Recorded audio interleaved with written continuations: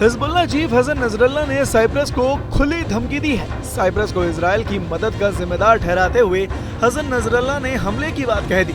उनका कहना है कि लेबनान को निशाना बनाने के लिए साइप्रस के हवाई अड्डों और ठिकानों को इजराइल के लिए खोलने का मतलब होगा साइप्रस सरकार भी युद्ध में शामिल हो गई है।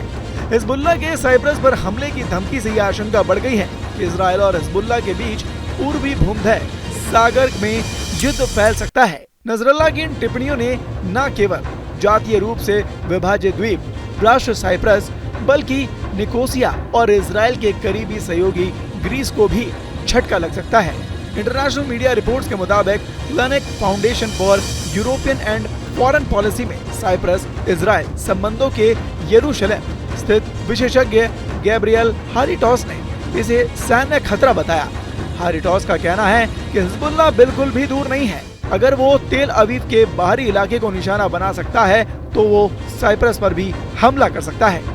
ये ऐसा कुछ नहीं है जिसे बाहर रखा जा सके। साइप्रस के खिलाफ नसरल्लाह की ये धमकी तब आई जब उसके विदेश मंत्री कॉन्टेस्टिनोस कोम्बोस ने सोमवार को ही वॉशिंगटन में एंटनी ब्लिंकन के साथ बैठक के बाद अमेरिकी विदेश मंत्री ब्लिंकन ने कहा कि साइप्रस इस क्षेत्र में एक अहम जगह रखता है और अमेरिका के लिए एक महत्वपूर्ण साझेदारी है। गाजा युद्ध के बाद से साइप्रस अमेरिकी विशेष बलों के केंद्र के रूप में उभरा है।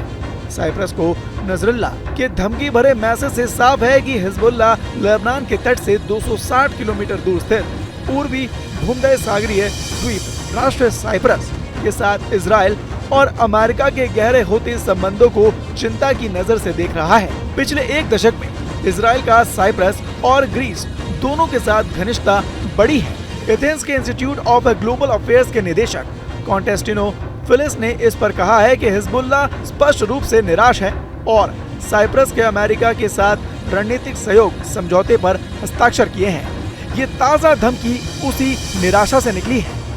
गाजा ने लेबनान के साथ सीमा पर बढ़ती लड़ाई के साथ इजराइल ने सैन्य उद्देश्यों के लिए साइप्रस के साथ अपने रणनीतिक संबंधों का उपयोग किया। ऐसा भी दावा किया जा रहा है कि इजरायली वायुसेना ने साइप्रस हवाई क्षेत्र का भी उपयोग किया है। हालांकि साइप्रस सालों से सुरक्षा पर इजराइल के साथ सहयोग कर रहा है। उसने वार्षिक नौसैनिक अभ्यास में ग्रीस और अमेरिका के साथ भाग लिया। उन्होंने 2023 में बड़े पैमाने पर नौसैनिक अभ्यास भी किया, जिसमें इजरायली नौसैनिक बेड़े साइप्रस के लिए रवाना हुए। इजरायली विशेष बल साइप्रस में भी प्रशिक्षण लेते हैं, जहां का चट्टानी इलाका लेबनान जैसा दिखता है। Bureau report, news nation.